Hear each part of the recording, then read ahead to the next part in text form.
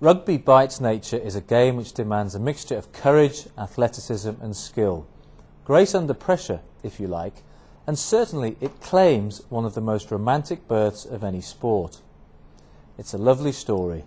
In 1823, a 16-year-old boy at Rugby school, William Webb Ellis, was playing soccer. Apparently, he either picked up or caught the ball and started to run forward with it, thereby instigating the game of rugby. The truth is more complicated. In the 1870s, when rugby was exploding nationally, it was the first time that internationals were played, it was really growing as a sport. And the old boys at rugby school decided to look into the history of their game and to find out where and when it started.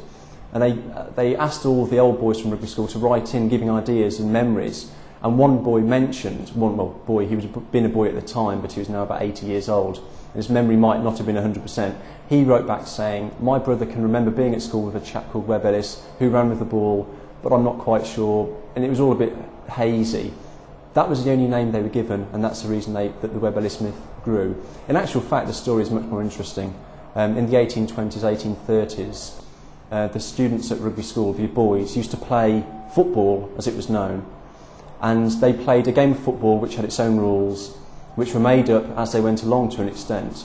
After each game we hear that the senior boys would actually stand to one side and discuss the game that had been played and decide the rules for the next day. So it was a very flexible game, and it's quite possible that during that period running with the ball was tried. Mackie, in the late 1830s, we know for a fact, did run with the ball in his hands, and he actually touched over the goal line, and he was probably the first person to score what we now know as a try. So if anything, he deserves credit for, it should be the Mackie World Cup, not the Webb Ellis World Cup.